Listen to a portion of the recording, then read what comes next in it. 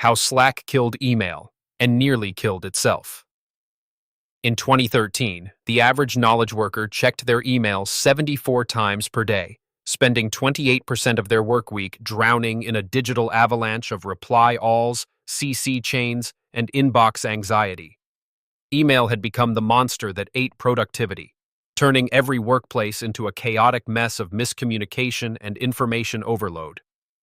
That's when four guys in a Vancouver office, led by Flickr co-founder Stewart Butterfield, accidentally stumbled upon what would become the $27 billion solution to corporate America's email addiction problem. But here's the twist nobody saw coming. In their quest to kill email, they nearly killed themselves, creating an even more addictive monster that would fundamentally reshape how the world works, communicates, and burns out. The origin story of Slack reads like a Silicon Valley fever dream of accidental genius. Stewart Butterfield and his team at Tiny Speck weren't trying to revolutionize workplace communication. They were desperately trying to save a failing online game called Glitch. Burning through millions in venture capital, the team had built an internal communication tool to coordinate their distributed development team across different time zones. When Glitch finally died in late 2012, the post-mortem revealed something fascinating. While their game had failed spectacularly, their internal chat tool had become the most valuable asset in the company. Employees were obsessed with it, productivity had skyrocketed, and email usage within the company had plummeted by 86%. Butterfield, who had already sold Flickr to Yahoo for $22 million, recognized lightning in a bottle when he saw it. In August 2013, they officially launched Slack, an acronym for Searchable Log of All Conversation and Knowledge, with a simple promise that would prove prophetic: be less busy. Slack's assault on email wasn't subtle. It was a full-scale blitzkrieg designed to exploit every pain point that had made email the most hated productivity tool in corporate America. While email forced users into a rigid structure of subjects, formal greetings, and awkward group conversations, Slack introduced channels that organized conversations by topic, project, or team. Instead of hunting through email threads from 3 weeks ago, users could search their entire conversation history in milliseconds. The platform introduced threading that actually worked, file sharing that didn't clog inboxes, and integrations with over 2,000 other workplace tools that transformed Slack from a chat app into a digital workplace operating system. Within 6 months of launch, they had 15,000 daily active users. By their first anniversary, that number had exploded to 500,000. The hockey stick growth wasn't just impressive, it was unprecedented, especially for an enterprise software company that was essentially asking people to abandon the communication tool they'd used for decades. The numbers tell the story of an industry execution so swift and brutal, it left competitors gasping for air.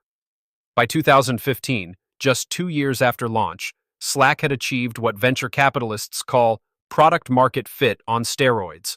1.1 million daily active users sending 340 million messages per month. Microsoft, which had dominated business communication through Outlook for over 2 decades, watched helplessly as entire Fortune 500 companies migrated their internal communications to this upstart Canadian company. The average Slack user was spending 10 hours per day in the application, checking it every 6 minutes, making it more addictive than social media and more essential than email. Companies reported email volume decreases of 48% to 71% after implementing Slack, with some organizations seeing internal email usage drop by as much as 85%. The platform was growing so fast that by 2016, they were adding the equivalent of a Fortune 500 company's worth of users every single month. This wasn't just disruption. It was annihilation of the status quo. But success at this scale creates problems that success at smaller scales doesn't even hint at. As Slack grew from thousands to millions of users, the platform began to exhibit the exact same pathological behaviors that had made email toxic in the first place. Users were joining dozens of channels, receiving hundreds of notifications per day, and feeling the constant pressure to respond immediately to maintain their digital presence. The average Slack user was getting interrupted every 6 minutes, destroying the deep work and focused productivity that the platform had originally promised to protect. Academic researchers studying Slack fatigue found that heavy users exhibited the same stress responses, sleep disruption, and anxiety symptoms that had previously been associated with email overload. The tool designed to make work more humane was making it more frantic. Companies that had implemented Slack were reporting that while email volume had decreased, total communication volume had increased by 67%, meaning people weren't communicating better. They were just communicating more, faster, and with less thought. The real crisis emerged when Slack realized their business model was fundamentally flawed for the problem they'd created. The company had built their entire revenue strategy around the assumption that team-based communication would naturally organize itself and create sustainable usage patterns. Instead, they discovered they had unleashed a communication monster that grew exponentially more complex and expensive to maintain as organizations scaled. Large enterprises were creating thousands of channels, storing terabytes of data, and generating support costs that far exceeded their subscription revenues. Slack's infrastructure costs were growing faster than their revenue, creating what CFO Alan Shim privately called the efficiency paradox. The more efficiently customers used Slack, the less profitable they became. By 2018, the company was spending $3.50 in infrastructure and support costs for every $1 in revenue from their largest enterprise customers. They were succeeding themselves into bankruptcy, having built the perfect product that nobody could afford to provide. The turning point came when Slack made a series of desperate pivots that would either save the company or destroy it completely. First, they dramatically restructured their pricing model, moving from unlimited messaging to tiered storage and advanced features that forced heavy users to pay premium prices. This was a massive gamble. They were essentially charging their most engaged customers the highest prices, violating every conventional wisdom about customer retention. Second, they launched Slack Connect in 2020, allowing companies to create shared channels with external partners, vendors, and clients. This move was brilliant and terrifying in equal measure because it meant Slack was no longer just replacing internal email. It was coming for all business communication, including the $280 billion email marketing industry. Third, they introduced workflow automation tools that turned Slack from a communication platform into a full business process automation system, directly competing with Microsoft Office, Google Workspace, and dozens of specialized enterprise software companies simultaneously. The COVID-19 pandemic became Slack's unexpected salvation and nearly its final destruction.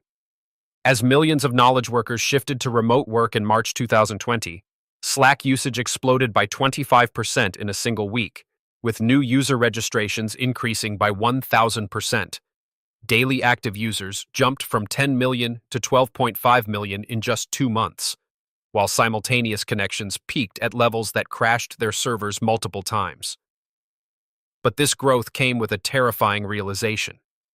Remote workers were using Slack an average of 12 to 16 hours per day, treating it as their primary social connection to colleagues and turning workplace communication into an always-on digital lifestyle. Companies were reporting that Slack had replaced email addiction with something far worse, continuous partial attention disorder, where employees never fully disconnected from work because their work relationships lived inside their notification-enabled devices. The platform that had promised to make work more human had accidentally made work omnipresent, turning every home into a digital office space that never closed. Microsoft's response to Slack's domination reveals just how completely they had disrupted the business communication industry. In 2016, Microsoft CEO Satya Nadella made the unprecedented decision to build Teams as a direct Slack competitor, bundling it free with Office 365 subscriptions and leveraging Microsoft's existing enterprise relationships to force adoption. This triggered what business analysts called the communication platform wars, with Google launching Chat, Facebook introducing Workplace, and Amazon building Chime. But the most telling indicator of Slack's industry impact wasn't the competition, it was the capitulation. By 2020, email usage in medium and large businesses had declined by 59% compared to 2013 levels, with Slack and its imitators handling over 45% of internal business communications. Email hadn't disappeared, but it had been relegated to formal external communications, legal documentation, and conversations with people outside your primary collaboration ecosystem. Slack had successfully killed the email-centric workplace and replaced it with something entirely new. The $27.7 billion Salesforce acquisition in December 2020 represented both vindication and admission of defeat for Slack's original vision. On one hand, it was the largest software acquisition in history, validating that they had indeed built something revolutionary that fundamentally changed how businesses operate. The acquisition premium of 55% over market value proved that Slack had created not just a product, but an entirely new category of essential business infrastructure. On the other hand, the acquisition happened because Slack had discovered they couldn't compete with Microsoft's bundling strategy and Amazon's infrastructure advantages as an independent company. They had successfully killed email as the dominant workplace communication tool, but in doing so, they had attracted the attention of tech giants who could replicate their innovation while leveraging existing customer relationships and infrastructure advantages. The company that had disrupted an entire industry was ultimately absorbed by the very enterprise software ecosystem they had set out to replace. The legacy of Slack's email assassination extends far beyond workplace communication into the fundamental structure of how modern organizations operate. Today's knowledge workers live in what researchers call the continuous collaboration environment, where the boundaries between focused work, casual communication, and social interaction have completely dissolved. Slack proved that the rigid formality of email wasn't just inefficient, it was actively harmful to creativity, team building, and organizational agility. But they also proved that the opposite extreme creates its own pathologies: notification fatigue, always-on work culture, and the gamification of workplace productivity through digital presence indicators. The post-email workplace that Slack created is simultaneously more human and more mechanized, more connected and more fragmented, more efficient and more overwhelming than anything that came before. We're all living inside Slack's vision now, whether we use their product or not, and we're still figuring out whether they solved the email problem or just replaced it with a more sophisticated version of the same fundamental issue: the challenge of managing human attention in an infinitely connected world.